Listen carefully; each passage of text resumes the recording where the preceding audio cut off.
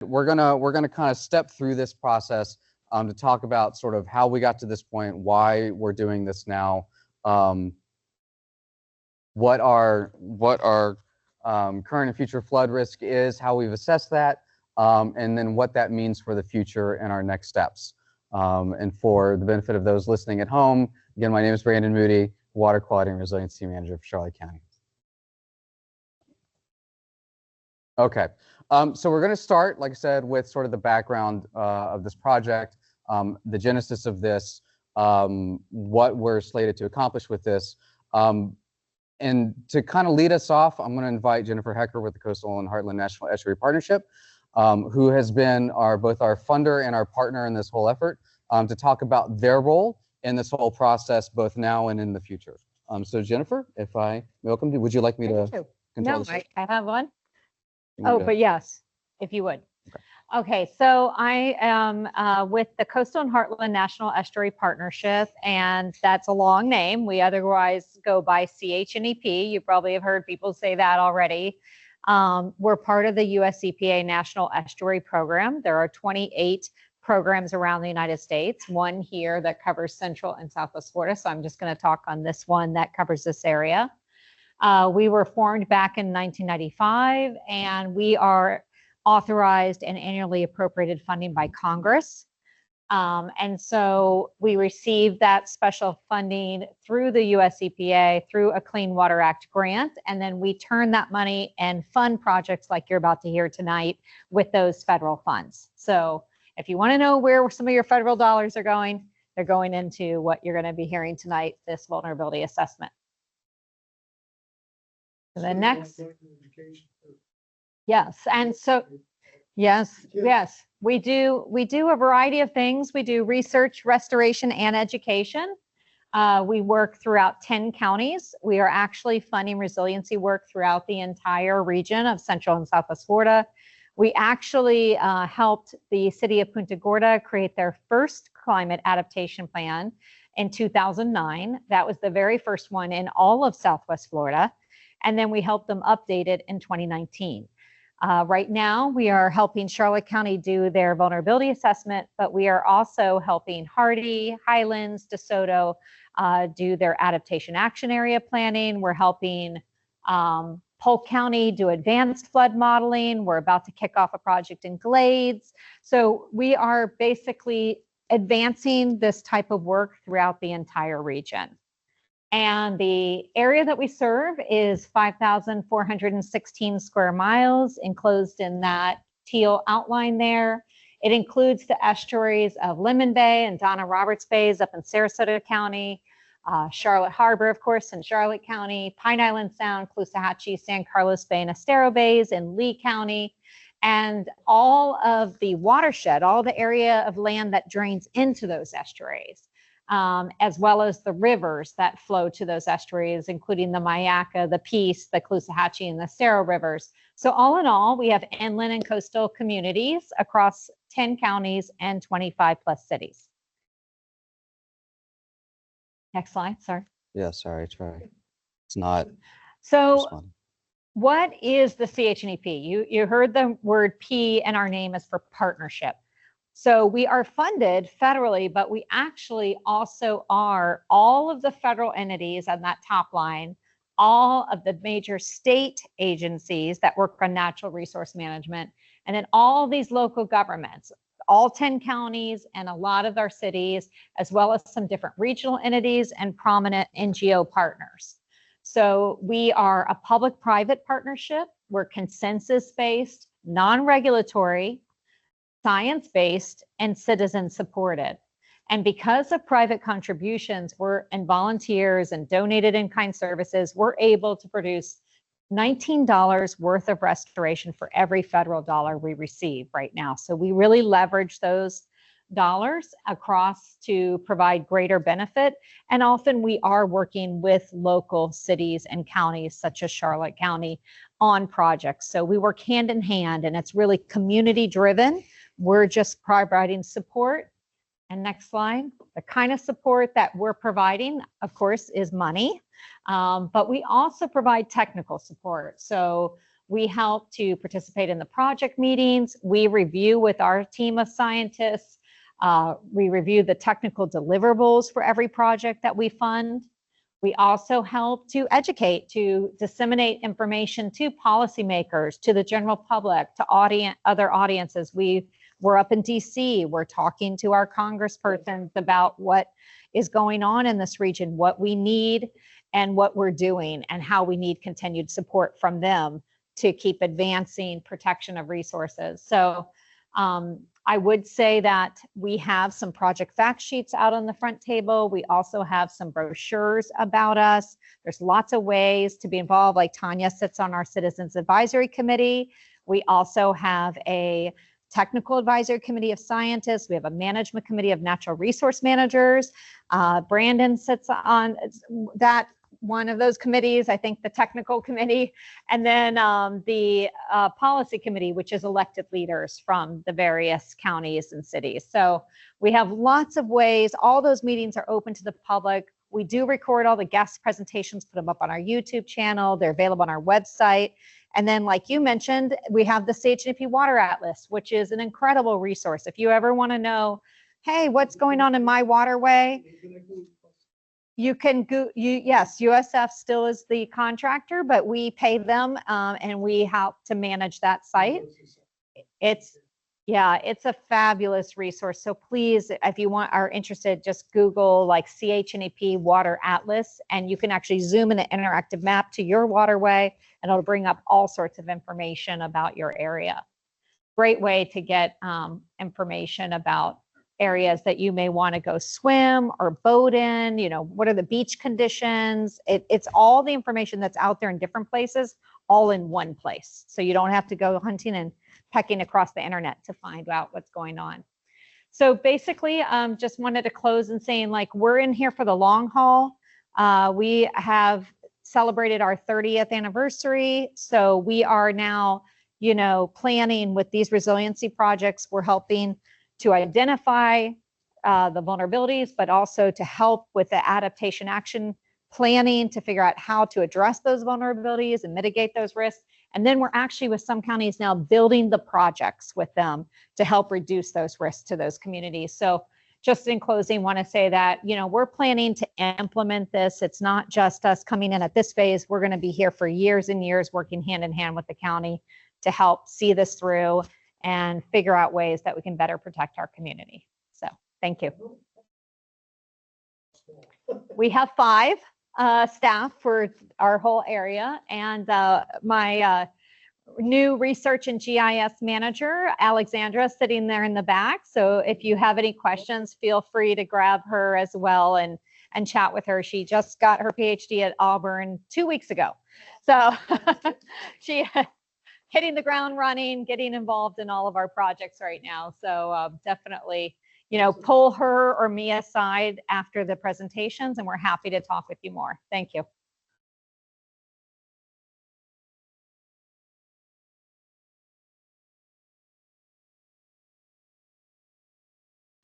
We are just for Central and Southwest Florida. We have 3 other national estuary programs in Florida. We have the Sarasota Bay Estuary Program. We wrap around them. I don't know if you could go back to that really quick, that one slide with the map. So you see how we go way up there, and that's because the Peace River goes way up to Lakeland area. So then to the west of that, we are contiguous. That western boundary is contiguous with the Sarasota Bay Estuary Program and the Tampa Bay Estuary Program. So we wrap around them to the north. We come all the way down from Venice to Bonita Springs along the coast. We go into Lake Okeechobee. And then along the east coast, there's the Indian River Lagoon National Estuary Program. So we have 4 right now in Florida. We're about to have a 5th join in the Panhandle. So there will be a new National Estuary Program in Florida in the Panhandle. But there's only 28 in the entire country. And then Florida will have 5 of those. What's that? It's the Pensacola Perdido. Yes. Yes. So that's going to be a great addition. Thank you.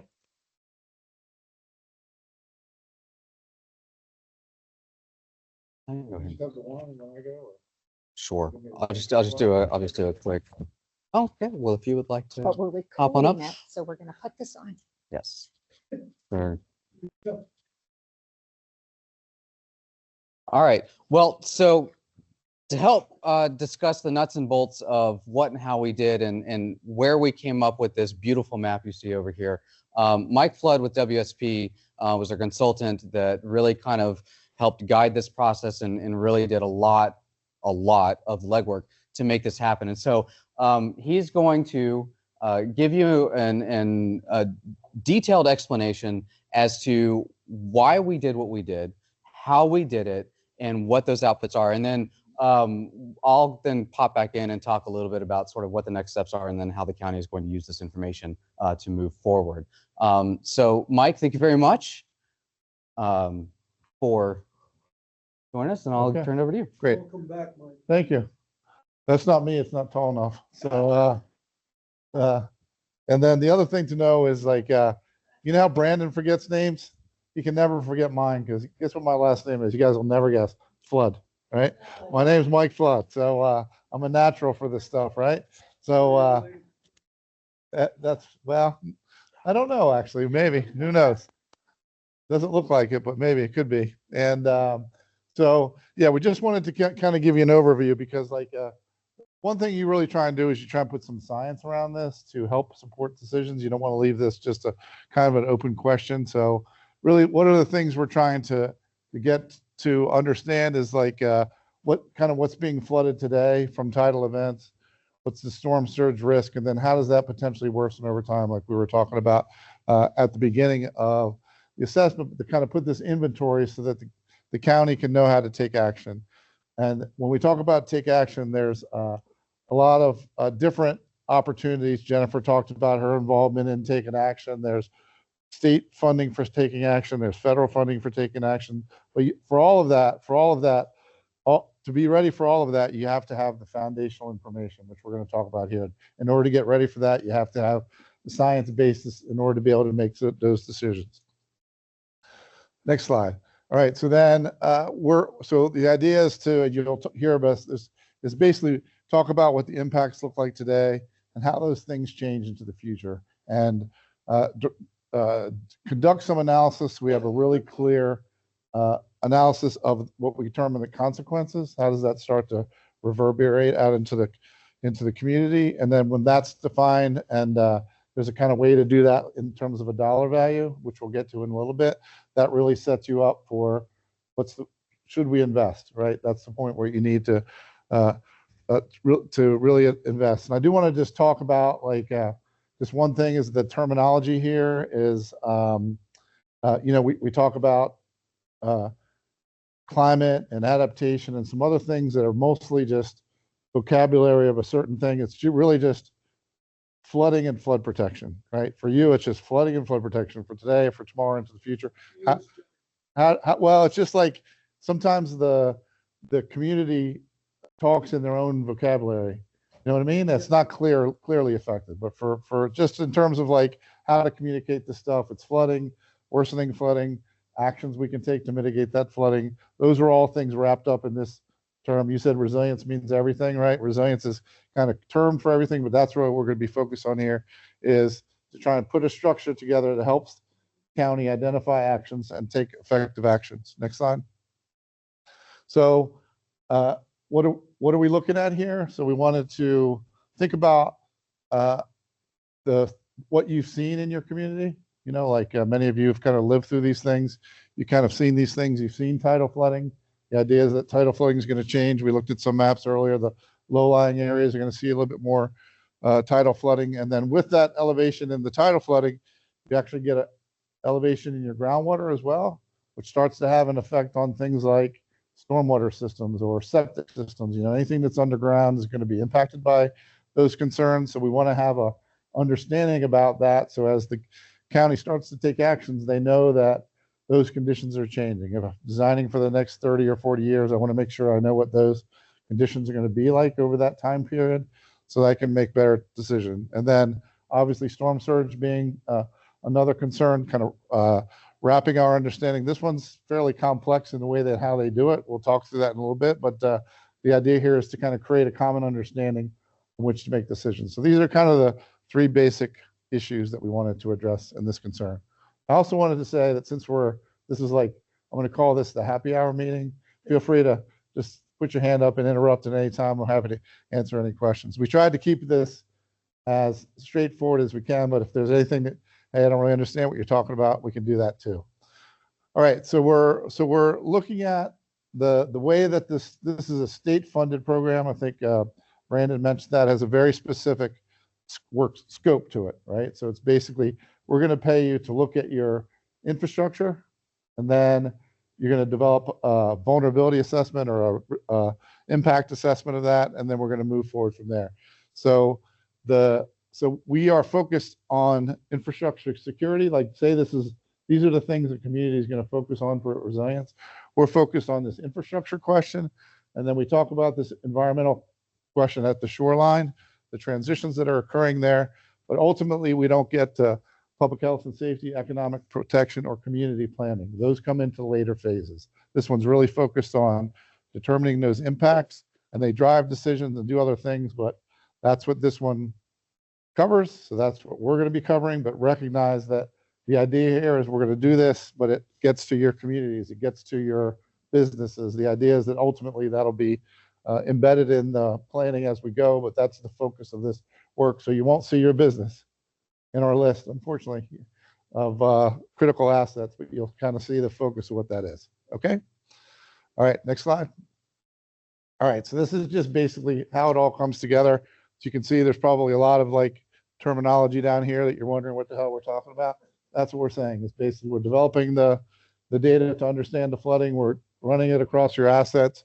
We're identifying areas to focus attention, and then we're submitting this report. And then the way the state funding works is you have to finish a plan to be eligible for some of the implementation funding. So it's very important, and that's why we're rushing now, is to try and get this thing in and out, because the state funding window is opening soon this summer. So we want to make sure that the county is in a position to say, we've turned in our plan. We'd like to put in a request for additional funding. Is that something for me, or okay? Fix my hair. Is it mess? Is it messy? And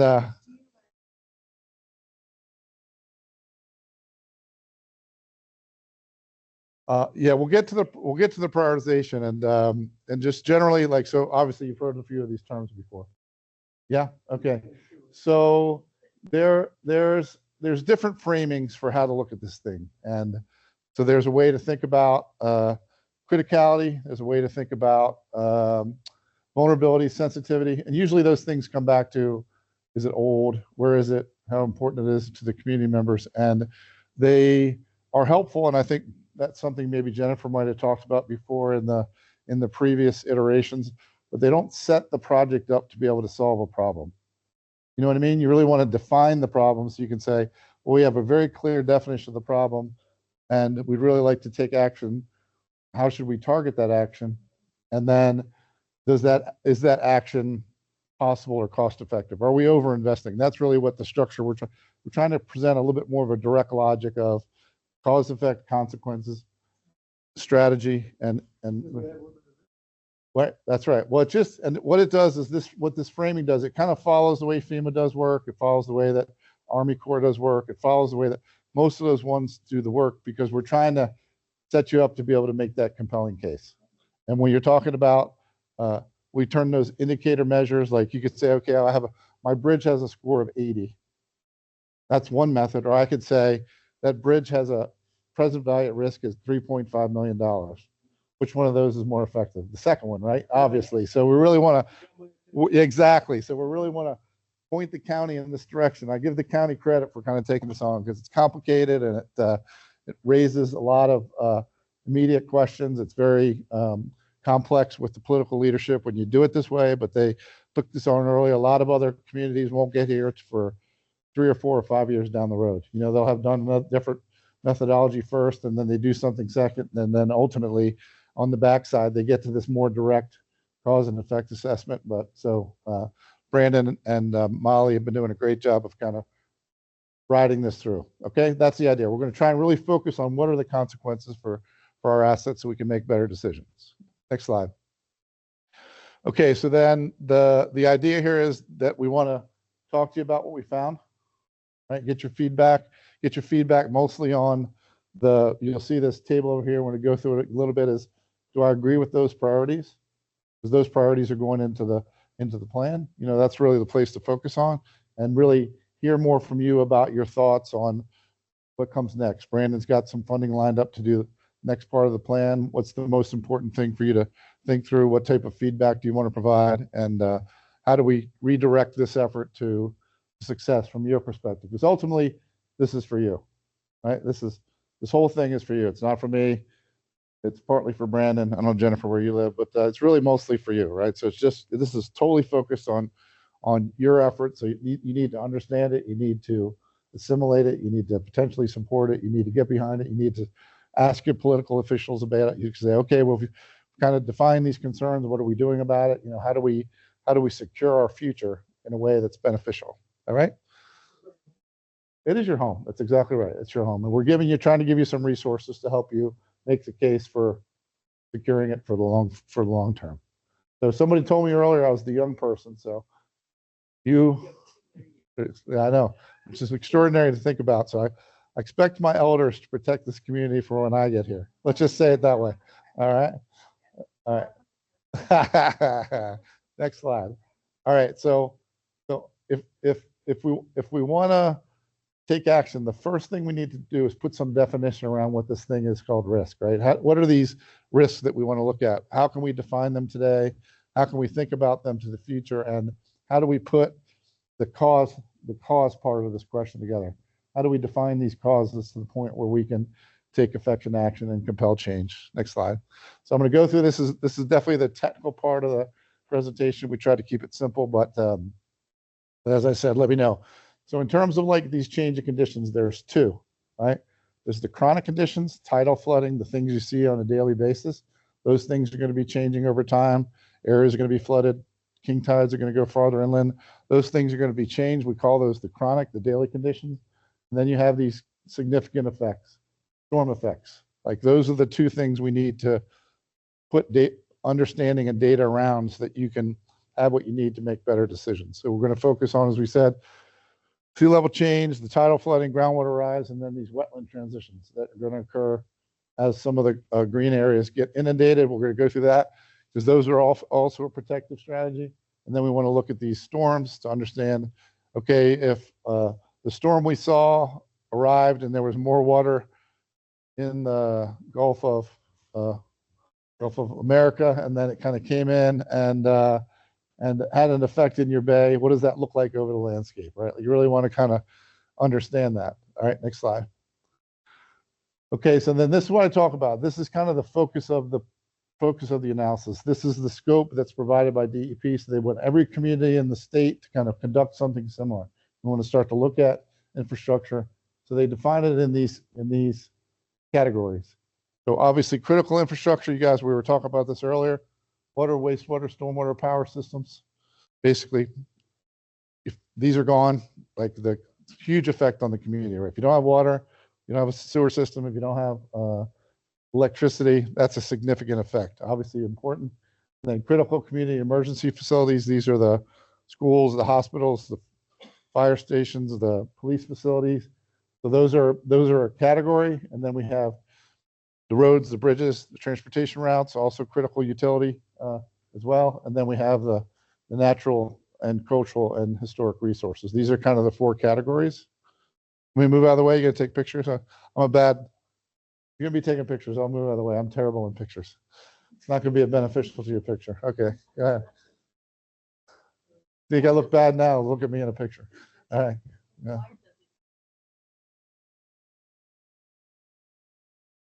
Why does it take so long to recover? Well, there's two parts of that. I think that like a part of it is the damage that occurs, right? So the damage that occurs. So there's damage to infrastructure. You lose, like we were talking about the wastewater treatment facility in one location. If that thing gets overtopped, so it's damaging the structure itself. But in those pools is a very specific biology, right? And you've now put all the seawater in there, and you kind of have to get that whole thing started up again to be able to function. So it's just mostly like that. And then at the same time, if you get a storm in Florida, you're not the only one that's been damaged, right? So you have the whole thing with the resources and the contractors and the consultants and the construction crews to be able to come out and fix it. So it does take a long time. That's actually, I wish I would have planted that question, because part of what we want to look at is that recovery period, right? So we want to make sure that part of this analysis tries to put a definition around that question. It's not just, is it damaged today? It's just, how long is that thing going to take to come back online? And so we want to make sure that we can talk about that, because that has implications to the broader community, right? Like if a business shuts down, right? It actually reverberates across the community until the businesses can come back up, right? So we want to make sure that there's some measure of that. That's an important thing to consider. It's not just the cost of the facility itself. Next slide. Can you come to all my presentations, actually? Your questions have been great. Yeah. Well, yeah. Yeah. Yeah. Right. Yeah. Right. So I would say that money talks. That's one thing, right? So you definitely want to be able to tell the money story to advocate for the funding. But the other thing that that you guys actually have an advantage over a lot of the other communities is you're starting to talk about consequences in those ways. Like if this thing gets shut, if a school gets shut down, if the treatment plant gets shut down, if the water source is shut down, that has costs and implications actually to the community. It's not like money talks that way. And then the other thing to know is that some of those costs traditionally are borne in recovery by the state or the federal government, right? And those resources, as you guys have probably all heard, are being reduced, right? They're kind of this new focus. It's not really the role of the federal government to take on the responsibility in this area. It really should be your area. Figure it out for yourself. We might provide from some resources to you. So it's more important now, more than ever, to really have a full definition of what that risk is. It's more your responsibility to have that understanding, because if those resources aren't going to be available, then you have to be ready in multiple circumstances. You have to be ready to recover quickly as you can, potentially without those resources. Yeah. Yeah. Yeah. Can't do what I did when I was. Sure. Sure. Say 60. Right. Like I'm young. Yeah, go ahead. Go ahead. Planning, Yeah. we have to really take that. Yeah, yeah, for sure. Yeah, for sure. What's that?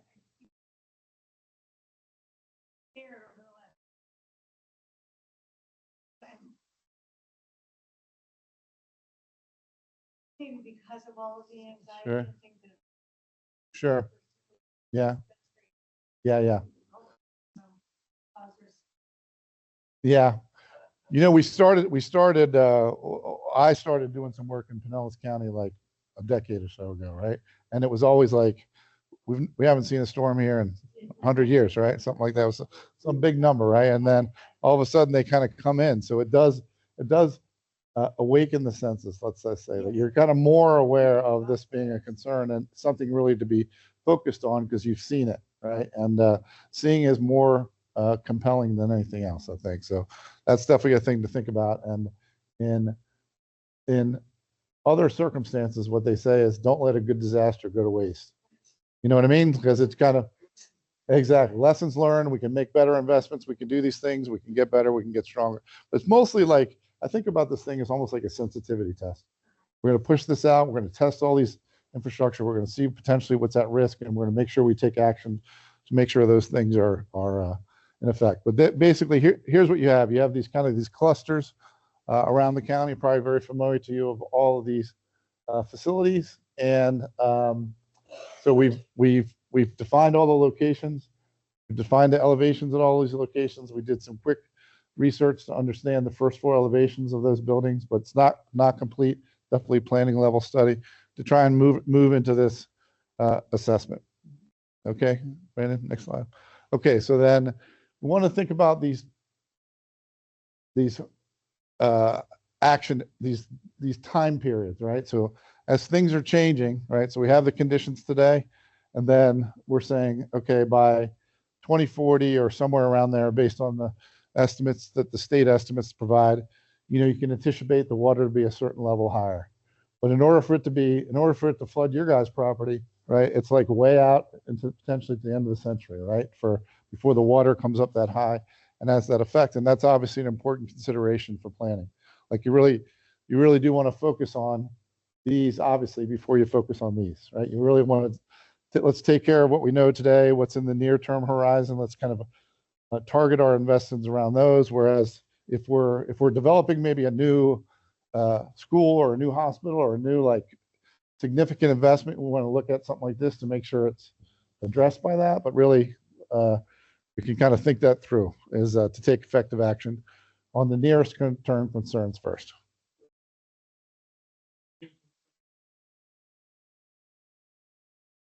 The 2050 transportation plan. That's right. The NPO. Sure. Well, 2050, I'm not gonna be. Sure. So, my horizon. We're, listen, Sure. is into it. Like, Sure. Is it important to you? I Yeah. want my kids. Sure. to be Yeah. like, have a Mm-hmm. future. Yeah. And I worked hard to get where I am. Sure. Yeah. But you look at what you're talking about. Yeah. I don't know what impact is, how you feel about future. Like, Yeah. how far are you talking? Well, it's only 25 years, so don't count yourself out. All right. You're going to make it there. All right. You're going to make it there. I can see it.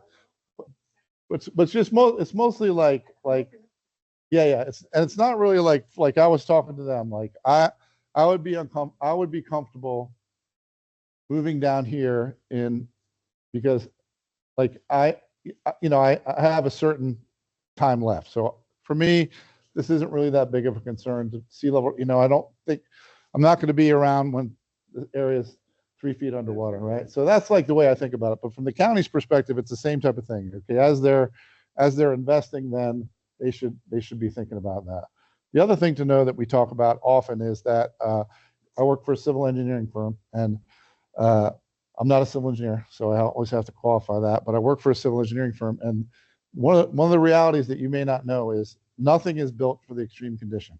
Nothing, right? Nothing is built to that condition. So if those conditions are going to exist, and nothing is built for an extreme condition today. So as these things change, the safety on that is actually coming down, right? So that's really what we need to be thinking about for county investments. We want to be able to understand this whole thing so that as the county is making investments, it's for us, it's for your kids, it's for their kids, to make sure that the community remains viable for a long period of time. Right. Sure. Science, That's right. every day, new Right. science, like, kids, we didn't even know what cholesterol was. That's right. Yeah. Right. That's right. Right. Well, Butter's back. Butter's back. Butter's back. I know it's back, so don't worry about that. It'll come around. All right. Next slide. All right. So this idea of chronic flooding. All right. What's the source? Okay. So then we just want to. So this is basically what this idea of sea level rise, and these things are all over the web. This is, I think, a NOAA viewer where you can just go on there and do this, and it kind of creates that understanding of flooding. Yeah, sorry about that. I guess it times out. You can see like this is like from 1 to 3 feet as it changes over time. It's like, what does that look like at the shoreline? So we basically collect all this data, right? We use it, we analyze it, we give it to the county. It's their resource for moving forward. They have a lot of great detailed information. Excellent.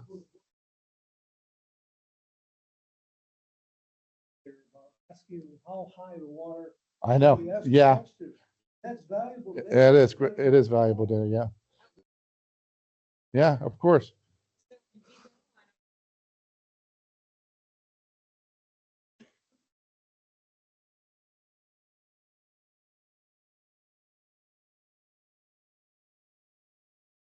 So if you want to see pictures, they were crowdsourced. Citizens went around, took pictures of Yes. the watermarks on their homes, measured them, and then put them in. And then now we have a live viewer. You can click points and see the photos that were turned in Right. and the water levels. That's cool.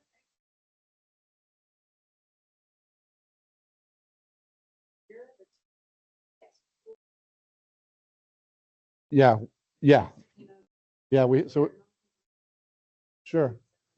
Oh, per year, yeah, we can give you that. We don't have that here today, but there's like a chart that you can get it on the annual change, and then I think there's actually NOAA used to. I don't know if they still do have the kind of this days per flooding. NOAA was a great resource for a lot of this data of concern. They had a lot of cutbacks in funding. I don't know if that resource is available online. I can check for you and get it back to you as well. All right. Okay, next slide, please. All right, so next slide again. All right, so then what are the effects? All right, so we wanted to.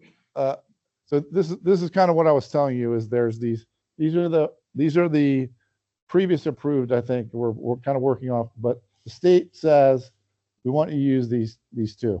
We want to use these two values. These are what we think are. We have our own scientists around. We don't think they're super high. We want you to kind of focus on a couple of scenarios. So these are the scenarios that were determined, and there's no rationale, but you can see that and this is what the scientists like to do. They like to say, okay, it's 0.37 feet by 2040, or 0.93 feet. But what does that mean, right? What does that even mean to anybody? So what we've done for the study, if you hit one more time, Brandon, I think this is the one where we did it, is we're just saying, okay, we're just going to use 1 foot and 3 foot. It's easy to think about. We can say what's going to happen within that 1 foot window, and then what's going to happen in that 3 foot window. It's just easy to figure things out. So you can see here, just like you can see up on the map, this is the 1 foot and 3 foot inundation area. Okay, these are the areas of the county that are going to be inundated by 1 foot and 3 foot. All right. Wow, but not too bad. I mean, these guys just bought a new house. They're way clear. It's not even a concern to them. They're over there, not even worried about it. All right, next slide. Okay, and then we start to say, okay, what's there? What's there from that asset thing that we're worried about? And you can see that there's actually very few. There's very few that get inundated during those periods, except in the 3 feet. There's, I think, 3, and then we also have the roadways. Like only, and this is miles, I think, in the 3 foot flooded area, you get 5 miles of roadway that are underwater. Right. Next slide. So then we look at rising groundwater. Okay, and this is kind of like we said, as the water comes up underground, it starts to inundate. So we said, okay, well, what's a good measure? Let's look at it if it's 1 foot underground. If it's less than 1 foot underground, we want to identify it as a concern, because that's going to be a concern. So what we put together these maps, you can see this is less than depth of groundwater of less than 1 foot. That's this greens and browns, and this is open water. This is basically kind of the same thing that you just saw. These areas are basically covered over with water, and they're now open water. They've converted from wetlands or sand areas to actually just open water. And this is actually important because those things are protective. They're great. They're important natural environments. Obviously, that's why you guys live here, is because it's got a beautiful natural environment. But they're also protective during storm events. They provide a level of protection during storm events. We want to make sure we understand those as well. All right, next slide. Of course.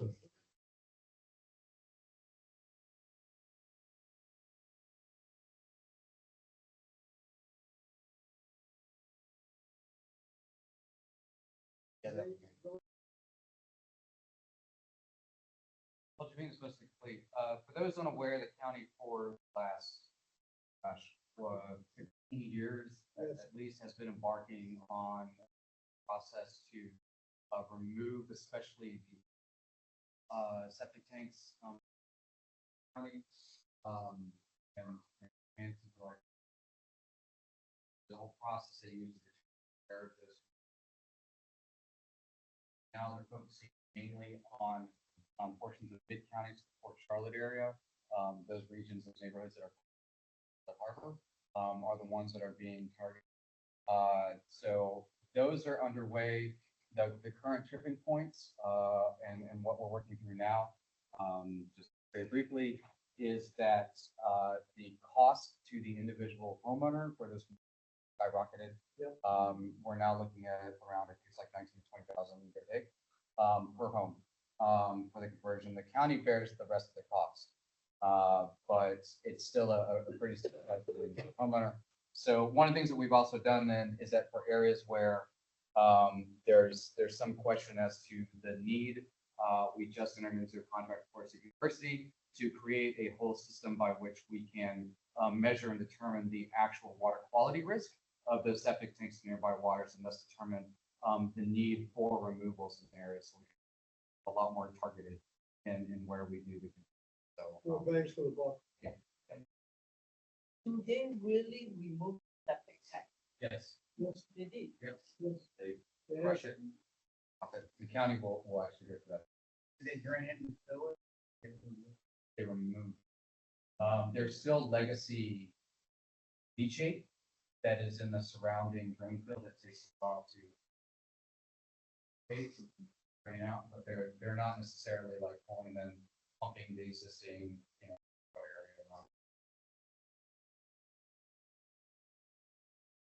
Not for our other towns doing the same thing that we.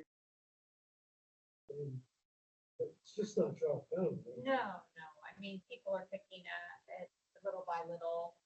I mean, houses have to be relatively close together and close proximity to waterways to really make it economical and effective. If you have rural houses that are spread out, you can, run a pipe system for public supply out to for rural communities Well, or so to areas that are far from the water. They don't. I think running a little black cable with fiber optic and running something to carry the sewer are definitely bigger, different levels of investments, right? Yeah. Yeah, for sure. Yeah. So it's very important for water quality, obviously, the septic to sewer conversion. And that's the thing with the rising groundwater table, you're potentially having more negative environmental effects, but you're actually losing the capacity of anything that's underground, including your septic system or the stormwater system. Anything that's underground, you're actually affecting that capacity. So the other thing is this is a little bit of this is something CHNDP did 10 years ago, I think, and it's basically looking at this idea of kind of losing the marshes and wetlands at the shoreline. You can see these are the areas of conversion as they anticipate kind of converting from natural areas to either open water or a different landform. So obviously kind of changing conditions. And in other areas, like we did a project up in Long Island where they had a wetland near a community, and they wanted to come up with a scheme that would be self-generating as conditions change into the future. They would be kind of self-generating a new wetland as the waters rose, so that they could maintain that. So things like that are what people thinking about for natural areas is how do we maintain that as conditions change.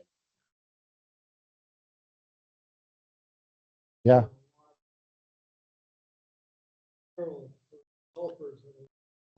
Sure. Sure. Yeah. Sure. The average person doesn't realize. Yeah. Sure. But you guys I mean, being in Florida, like it's obviously it's a big concern, but there's also a lot of resources that are being brought. The Army Corps, FEMA's here, the states, the governors invested a lot of money in this program, and in these programs, there's a big focus. There's actually even the Deepwater Horizon funding, I think, is still available, right, from the offshore spill. There's a lot of things that you can be thinking about potentially taking action. The idea is like figuring out what to do, and then where does that resource come from? Is it available from one of those other sources? Does the county need to take it on? Like things like that are the next step. Right. It's just mostly, but I think it's very difficult to act like a community without definite definition. It's just a definition. What's the concern? What should we be coming around? What should we be getting behind together? Exactly. What are the issues we need to think about? Next slide. Yep. Yeah.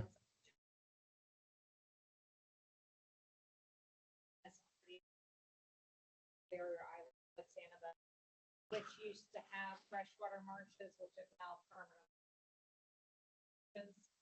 So we are already experiencing these transitions. Yeah. definitely. Okay, next slide. So then, like this is just a measure of the wetland acreage that you can anticipate kind of transitioning from that data. That's what she was talking about. You can anticipate these things occurring. So the idea is to understand it, to understand if you want to take action about it, and to put resources in place as those things change. It's more of a dynamic environment than you might anticipate. Next slide. Okay, so then we're going to move into acute flood risk. This is the storms, right? We've kind of moved from these kind of more changing daily conditions, and we're going to focus on storms, and we'll try to get through this fairly quickly. Next slide. So the idea, so this is all of the tropical events that occurred over the county, I think over the last like 80 or 100 years. So it shouldn't be an unknown, right? Like it's not an unknown to the county to see these things. These are kind of these, and you can see that's kind of the categories are kind of coming in from the top. So you can see that as it goes up, it goes from the tropical depression to the tropical storm, and then up the scale. So these are definitely things that have happened here before you got here, while you've been here. So it shouldn't be a surprise that, yeah, that these things have occurred, right? So you live here because it's a beautiful condition. These things potentially occur. So how do we address this? And you can go to the next slide, Brandon. The way they've done this is they've established these values for risk. You probably guys have heard of a 100-year event or 1% annual event. It's kind of a common term. Well, the way it's actually done is they take that record of storms and like people like the University of Florida researchers that Brandon has working here, and they basically do a statistical analysis of the effect of that storm over the landform. So it's not like one storm, right? It's like multiple storms are all brought together to say, okay, what type of flooding can we anticipate on a 1% annual chance of occurring? So it's a little bit more of a science engineering approach to generating it. So it's not like, this like a hurricane coming through in this direction is obviously going to have a whole different effect than a hurricane kind of, going up in this direction, right? So they try and take all that information and then generate this understanding of the 1%, and it drives things like insurance or action or determination, right? So that's what we're kind of focusing on. And then just the one thing to kind of keep in mind is that they call it a 1% annual chance, but obviously as time changes, the chance of it occurring in that period is no longer 1%. So you can see in 20 years, it's actually an 18% chance. Like a 1% chance storm occurring in a 20-year period is actually, there's a 20% chance that it could occur, right? Or over 30 years, it's 25% chance.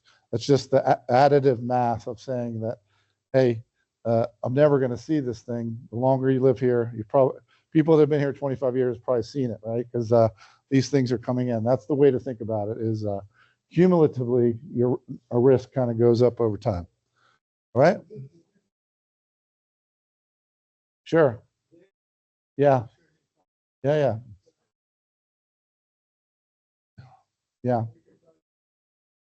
Sure. Yeah. Yeah. And remarkably, up until probably 5 years ago, the anecdotal data was never captured.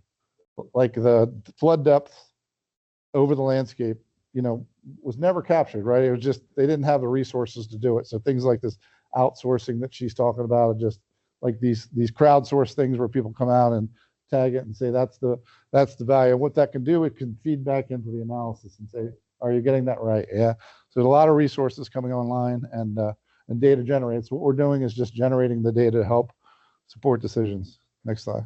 How am I doing on time? Am I like 45 minutes over? Okay.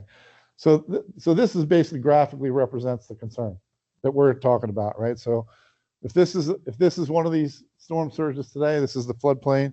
This is how far it extends inland, and this is how deep the water is, right? More water in the ocean or the Gulf, whatever. The same thing's going to extend far. The water's a little higher, it pushes a little farther in.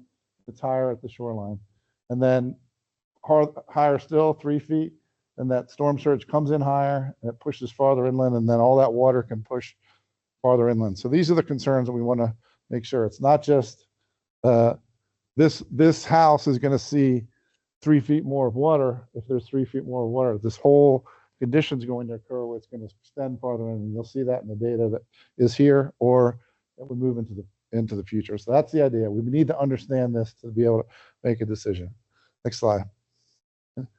Okay, so Brandon, to his credit, has invested a lot of money to get University of Florida down here and create this type of data, and it's going to be updated. It's going to put you in a great position to make decisions. But the idea here is, like, we talked about where it extends in. The critical part, obviously, is how deep is that going to be, right?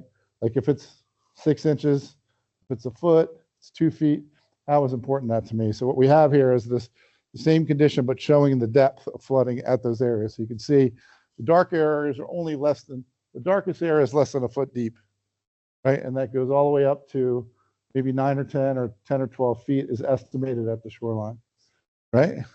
So this is probably what you saw in the last storm, right? It was deepest at the shoreline, and then as it went farther in, it was less deep. You know, you get like the wave effects are big at the shoreline. Those get knocked down and they're not carried inland. Next slide. And you'll kind of see how that. Pay attention to the coloring. Keep going again. You can see that obviously that same condition occurs. Keep going again, right? So what's happened is with Brandon's investment into UF data, you have this representation of these storms into the future, which is great to have for decision making, obviously, right? So now you can say, well, what is my depth of flooding that I should be a concern if I want to design to a 100-year event for the next 50 years?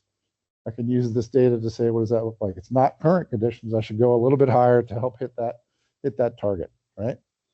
That'll be a data resource that's available to you in the county. Next slide.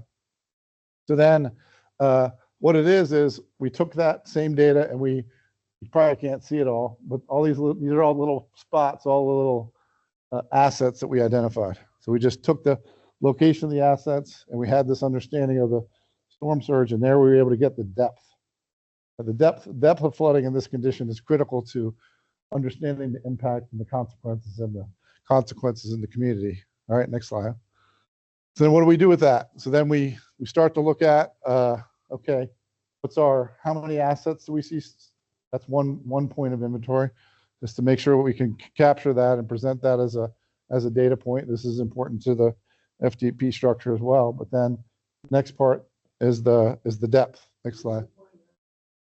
Sure, it was that original list. It was that the hospitals, the schools, all that stuff, the services is the assets. That's what I said is the way FDP, they call it critical community assets. Basically, you have to look at anything that they identified as transportation assets, roads, bridges. They want you to focus on that during this phase. All right, so then you can see we have miles of roadway inundated by each of those conditions, and like how much can you expect to be inundated for each of those for this infrastructure? And that has a whole different consideration. That has a consideration for FDOT. Animal shelters, they're amazing, actually. They're magical. They're not part of our analysis. We have a chart for pets? I don't think we have a chart for pets. We can put that into the next one. Obviously, hopefully you take your pet with you when you go. That's what I say, right? All right. Yeah, but and the other thing to know is this is like this whole analysis isn't what to do, like where you should be evacuating. This whole analysis is the storm came through, what's been impacted, and how do we protect that, right? Right. Okay, you guys got it. Next slide.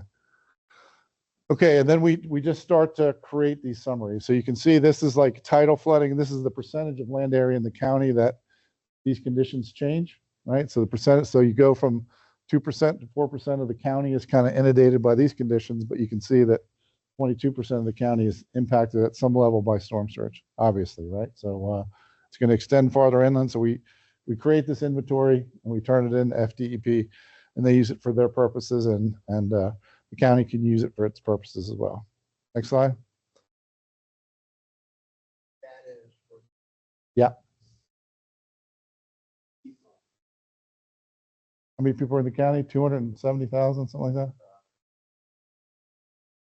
Yeah. 200,000. Okay, so then the question is, what does that mean, right? This is what we were talking about a long time ago. How if we know what the asset is and we know what the depth of water is, what can we say about what's happening to that asset for that condition? Like, how do we take that information, start to say, well, let's start to understand the consequence? Like, how do we talk about the impact to that asset? Next slide. So this is basically, we just put this together to kind of summarize this data source. So you can imagine FEMA basically has been seeing storms for years, and they do all this research and create these materials. So they're called like, it's a stress or damage function. It's a level of flooding and the amount of damage that you can estimate. Now you can imagine they have a huge record of that, right? So they provide that as a resource. They have that for houses, they have that for schools, they have that for commercial buildings, they have that for government buildings, where they say, okay, with a foot of water, you can anticipate that about 10% of the value of that building is damaged. That's what it's going to take you to repair that thing, right? $500,000 building, it's $50,000 estimated to repair it. And then repair time, on average across the country, 50 days for that. And then the other thing is, they talk about these broader economic costs. Like if I'm a school, my school gets damaged, well, I still have to have school, which means I have to rent a facility. I have to transport those kids. There's these other costs that kind of come in play, right? Exactly. All right. So it's a resource that tells you it's not just about the damage. It's broader. There's more to it than that, and they use that as a primary function. So all you can see is the deeper it gets, the higher the costs are, obviously, right? The repair costs, along with the repair times, higher. The ancillary costs are higher, and so that's the data source that we used. We looked at the depth. We brought in this FEMA resource, and we said, okay, here's the assets they have in place. What can we look at for the cost? Next slide. Right, that part's coming next. Okay, so that part's in the plan. Okay, so this is the idea. Next slide. So here's the results. All right, so here's what we get to. So these assets here are identified as has the highest cost of flooding. Combining that, whatever the flood depth at that asset is, with this broader set of costs, repair time, and economic costs. That's the way we put that together. That's the way that the county put it together. Is they said, okay, well, we have all of these assets. What's the biggest cost impact to the county?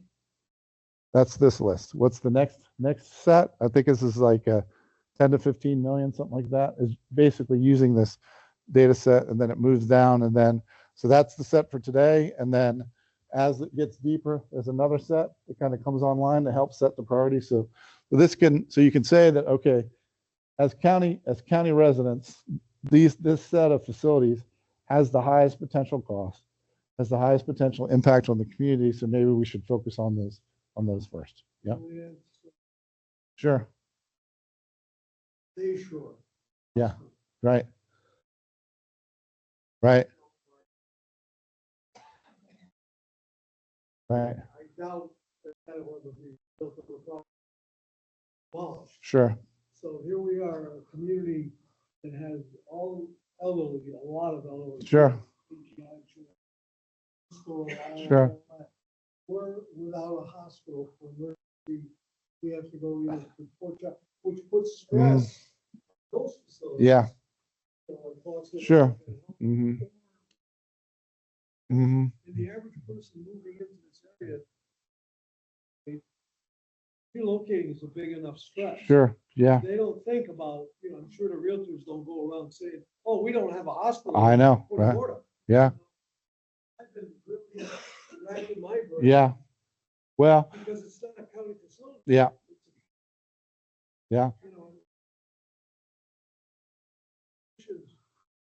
Trying to do what they can. Right. Back. Well, and I will say, like, if you're a hospital owner, if you're the owner of that facility, well, really what you need to know is this information, right?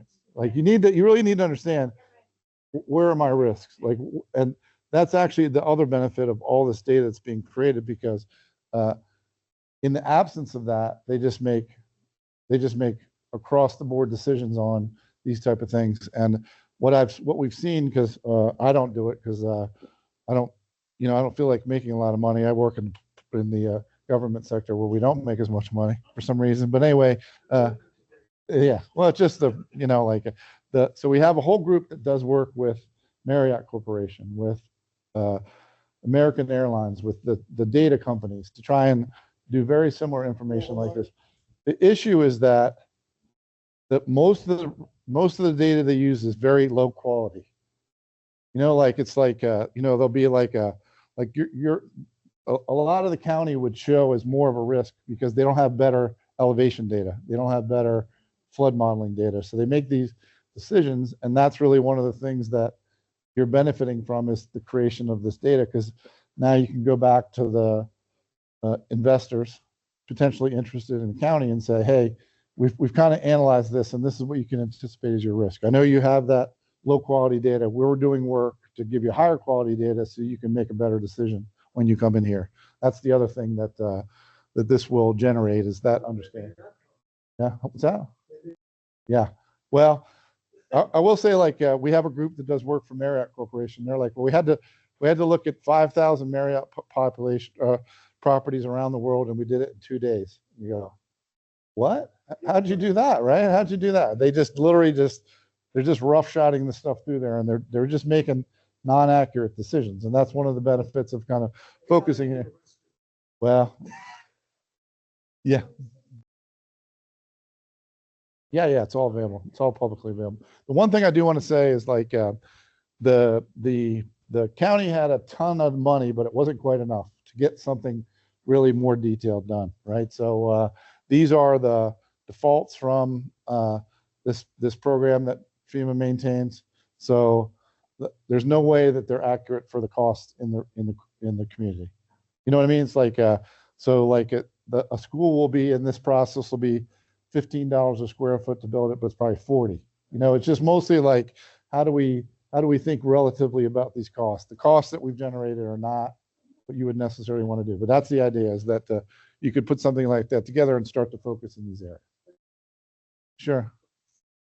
Yeah. Well, Brandon didn't like the data we used, so he protested all along about what we were doing, which is fair, right? But that's the idea. Is like, the more you move along, the more accurate data you'll be able to have, the better decision, more justification. So you guys are on your way. All right. Next slide. Okay. And then we move to, this is you, I think, advancing to decision making. Go to the next one. Didn't you do these ones you requested to do? Okay. You want to do next? Okay. All right. So then what happens next? Okay. So then the next phase is, the county is going to move into the planning phase. And Jennifer mentioned it earlier. They have this thing called adaptation action area planning, where you kind of take the county and you focus it down into some key areas. And then you start to develop, you know, like, what should we be doing there? You know, how should we be focusing our resources to provide protection? You divide it up into these areas that are more aligned with traditional planning that are happening in the county. You really want to take this information and start to embed it in your master plans and your asset management investments in your plan. So the idea is to take this and figure out how to embed it back in there. So we set up these things, and then it enters into the next phase of more detailed information, a better understanding of risk, and then focus a little bit more on what the investments are going to be. All right. I want to say, like, one thing that's important about the like say at a hospital, right? And we ran this analysis, and we said it's $2.5 million worth of risk there. In the parlance of risk analysis, they'll say, well, okay, well, we can invest $2.5 million to protect it. You can't invest 20, right? It's $2.5 million at risk. It's $20 million in cost. That's not cost effective. If we can invest one and get $2 million of savings, that's amazing. That's called a benefit cost assessment. And that's the foundation of everything, right? You have to make that financial case. So you could take what you gave you already and make that case for investment, but it's better to continue to resolve and resolve those things and update them. And that's actually what engineering firms get paid for, to really make a very specific case for investment. Hey, this county has $1 million at risk. You give us $500,000, we can eliminate all of that. Here, we can prove it to you on a piece of paper, right? So then that's basically what we're going to be focused on, is like, there's kind of some, like, these are those type of things. How do we advance forward? We want to look at better development codes, like elevate the homes. I think somebody mentioned that earlier. Have the public understand this process better. Like look at these, they call it funding stacking. What can we get from the state? What can we get from, or what do we have to pay for ourselves? Or do we want to invest in things like, there's insurance products that are coming on now. They're called like parametric insurance, where some damage can potentially occur, but the county wants to kind of take out an insurance policy. If that does, they can get the funding right away and start to recover. So there's a lot of activities being taken, improve your damage assessment, and then start to look at wetland restoration, things like that to protect your natural environment. Next slide. So then obviously, as it gets to the wastewater treatment plant, there's a few things that can some actions that can be taken. Power redundancy, some very specific solar power, potentially post event that can be put in place to help the pump station. So these are a series of kind of policy and investment actions that can be taken across the identified areas of concern. Right? I hate to turn around, but I have to read it too. Yeah. Right. So then the document that's provided back to the county outlines all these things, saying, okay, here's some policy actions or small things that you can take on, while also kind of taking on the big question, like your friend, right? She has a elevator in her house. The electrical equipment's up high. It's not down low, so that and they can pull up the elevator and it's protected from storm. Things like that are kind of could be, you can put your utilities, elevate your utilities. You guys are probably all familiar with these things to provide a better level of protection. So that same thing with community facilities can do the same thing. A lot of the ones in New York post Sandy, they took all their utilities and they put them on the top floor instead of being in the basement, which provides a higher level of protection. And then you can kind of say they're kind of consistent and protect your utilities that help you recover faster, that reduces that recovery period. Next slide. And then there's kind of a series of these elements as well. Like obviously think about vegetation that would stand a storm in the parks, so it doesn't get churned up. Think about green infrastructure. We're doing a project up in northern Florida, and it's an offshore reef. And what the offshore reef does, it actually creates a offshore reef, so it has ecological benefits, but it also mitigates the wave effects from hitting the shoreline, right? Which reduces the erosion, which actually protects the transportation facility on the backside. So I say it's one of the few projects in the world where that diverse set of stakeholders actually came together to support that thing. You know what I mean? It's like those are groups that don't necessarily agree on everything, but those things, like in something like that, you can get these type of benefits, right? Yeah, and then we participate in a few conferences down here every year. And a couple of years ago, people started to complain about the ability to build offshore protective reefs, and there was limitations at the state level. We said, okay, well, let's put together a working group and see if we can loosen that to allow for more offshore protections. Brandon helped write the thing, and I think it got approved this year, right? And so they kind of restricted that to enable things like that. So kind of even overcoming the administrative barriers are part of the concern. Next slide. Okay. So what comes next? I'll flip for you if you want. Yeah.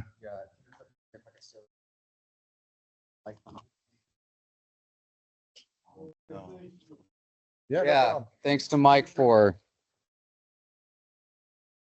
That was a lot of technical, complicated information distilled in a very digestible manner. So it's also a lot, and I get that it's scary. I'm going to do the fireside chat style thing. I'm just going to sit here. Okay, here. These are scary images. I mean, you see this map with all these colors covering, huge swaths of the landscape, and understandably, people get very nervous about what the heck are we going to do about that, and what could the next steps possibly be. So I want to talk a little bit about that. If you could hit the next slide for me, please. Thank you. I want to talk a little bit about that, both in the context of this particular effort, but also from a kind of a broader scale. So for this that you've been hearing about this evening, the plan is to take the information that we've learned from this and to start to expand upon it. So we've already received funding from the state to kind of take this to the next stage, where we're going to look, for example, at this list of these critical assets. For those that are the responsibility of the county, we'll do a bit of a deeper dive into what the specific measures can be to protect those, as well as what that means for the surrounding community that is located around those assets. Just so you're aware, for those facilities like the schools, they're not necessarily the jurisdiction of my part of the county. In those cases, we've actually already been communicating with the owners and the managers of those particular facilities. So the school board is aware of this. They're aware of this risk, and these sorts of efforts benefit them not just in giving them information, but these documents are tools for them to use to get funding and support to bolster and mitigate against future flooding.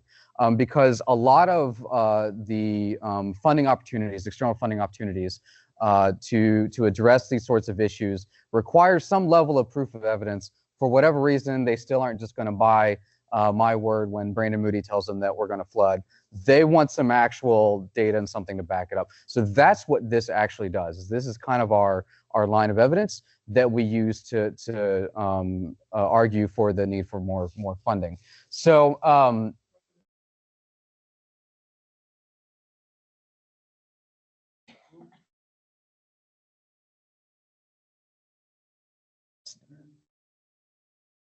in terms of this particular effort, we've only been communicating with those private and public schools that are in direct harm's way based on the work that we did, but not broader. I will tell you though, just so you're aware, there's a separate effort called the Local Mitigation Work Group, which is a consortium of both county emergency management workers, public safety, the city, other water districts like Inglewood Water. It's not really part of the county, they're their own independent district. All of those guys, they get together regularly, both to address how we respond to major hazard events, not just hurricanes, but I mean, fires, anything.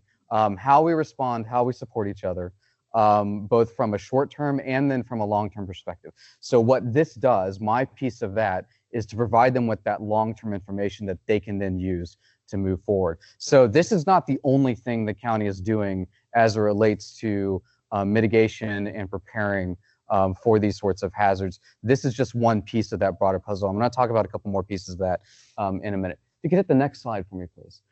So this is just kind of a quick hit of what the next immediate steps are in this project that we're going to be tackling with the funding that we just received. So one of the things that Mike touched on, for example, is that the information that was used was based on the best available information that we had. And in some cases, that information needs to be refined a little bit. For example, you might have noticed that it's probably on that list there and on the list on the slide that there were some names of schools and whatnot that had like little asterisks next to them. That's because we tried to find the actual elevations, the actual first floor elevations, excuse me, of those facilities to figure out how much flooding would occur. In some cases, we couldn't find that information.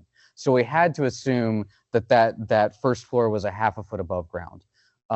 So part of this next step is to work step by step with these entities to say, hey, what actual information, do you have any information that for some reason we just couldn't find? In a number of these cases, we've approached them and said, hey, do you have this information? Like, nope. So it may require some surveying to get the full story. And then we'll refine that story based on what we learned from there. Also, those sea level rise estimates, they're constantly evolving. As the science improves, as the science evolves, so too do those estimates.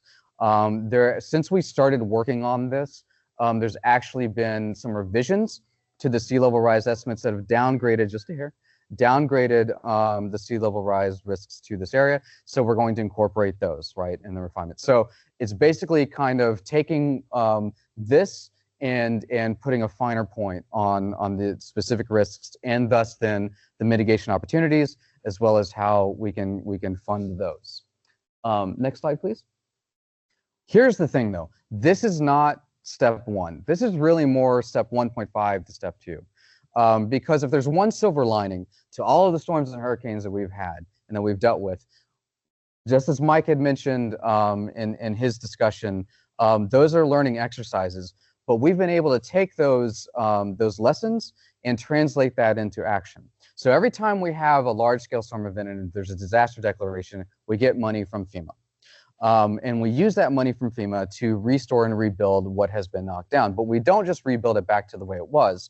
We rebuild it better, higher, more robust, more with the ability to withstand future impacts. So to give you an example, that's an artist rendering of what the Port Charlotte Beach facility will look like once it's completed.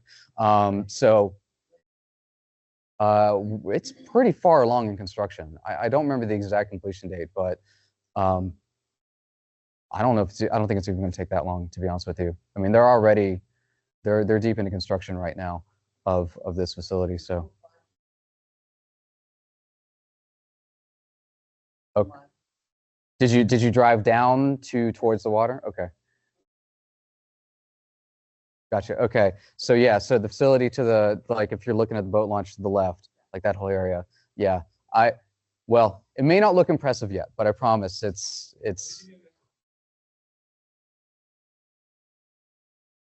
right. Yeah. We'll get them on the stick. But the bottom line, the bottom line here is that Milton came in and it took out a lot of this infrastructure. And the requirement, if we were going to rebuild, was to rebuild it at a minimum so that the first floor elevation would be at 11 feet above the ground. This is actually at 18 feet. So we've gone way above and beyond in rebuilding this thing to help protect it from future storm events. That costs more money, you know, and that's the conversation with the taxpayer. But it's a lot cheaper to build it once and build it better than to have to constantly rebuild every time we have another one of these events come through. So that is actually a mandate from the commissioners. They put forth that basically from here on out, well, and this mandate's been around for a little bit, but basically any new build, any rebuild, any renovation, whether it was impacted by storm or not, we do it with these types of resiliency features in mind, so that we're not constantly building and rebuilding. We're building it once, so it lasts for the lifespan of the facility, and we feel that that additional investment in the infrastructure is worth it and saves the taxpayer money in the long term. The other thing that we've been doing is that up until recently, whenever we had a disaster declaration, FEMA would provide money, but it wasn't quite that straightforward, and you might be shocked at that, that a federal agency, there's a little bit of bureaucracy involved. Up until recently, we were of a type of county that we would actually have to compete for a good chunk of the funds that we would be able to use for recovery. We'd have to compete with other counties for that money.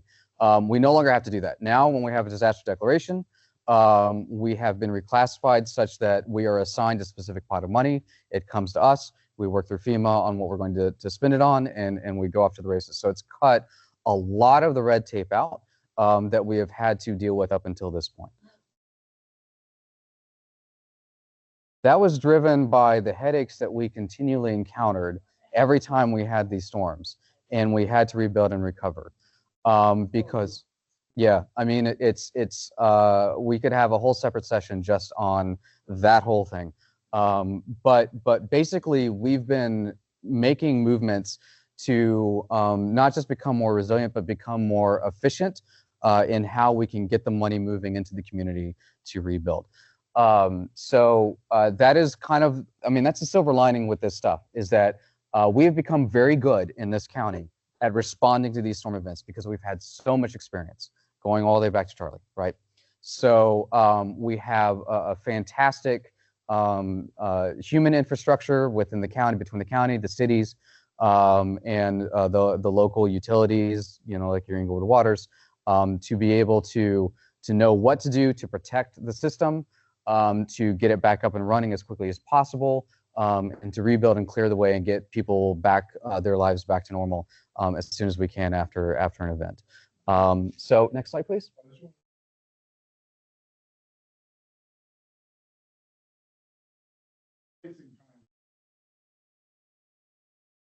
Building gets knocked down, they'll pay it. It doesn't make any sense. Federal government is actually better than, okay, well, we really shouldn't build it out. We'll give you some instrumental more money to get it to go. You have to make the case for it. You have to find a way to cover this. That is a lot. Finally, because start changing it all. No, you're good. I appreciate it. And that's where we get, because at the end of the day, it's my responsibility at the county, it's Punta Gorda's responsibility at the city, to lead these conversations and to engage with the community on these issues.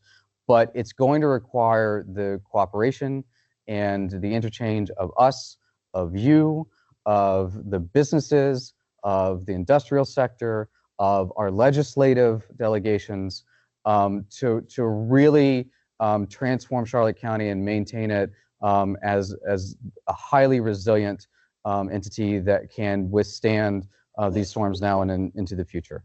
And it's going to require the support of folks like you to make that happen in multiple ways. It's not just about the tax dollars and seeing where your tax dollars are going. And as long as you support what we're doing with those tax dollars, to emphasize to your neighbors that you may see a higher bill and wonder why it's costing so much to build that building, but there's a very valid and important reason why we're doing that. And to be more cost efficient for you all in the long run. It's about talking to the legislative side. You know, a lot of folks ask us, well, why don't you just implement rules and regulations and prevent this type of thing from being built and make that from being built? We're very limited on what we can do from a code perspective, especially right now in the county. There's a lot of state level legislation that does what we call preemption on what we could create or impose today. So the rules we have on the books we can enforce now. Creating new or more restrictive rules is a huge hurdle. So, you know, if you feel that it's important that we establish certain rules and regulations about how things are built that maybe go beyond the minimum state standards, those are conversations that I urge you to have with our commissioners and our elected officials. So on that note, I'm going to pause there. If we have any questions, then happy to hear it. If you have any specific questions about what's going on in your neighborhood or whatnot, we can talk offline.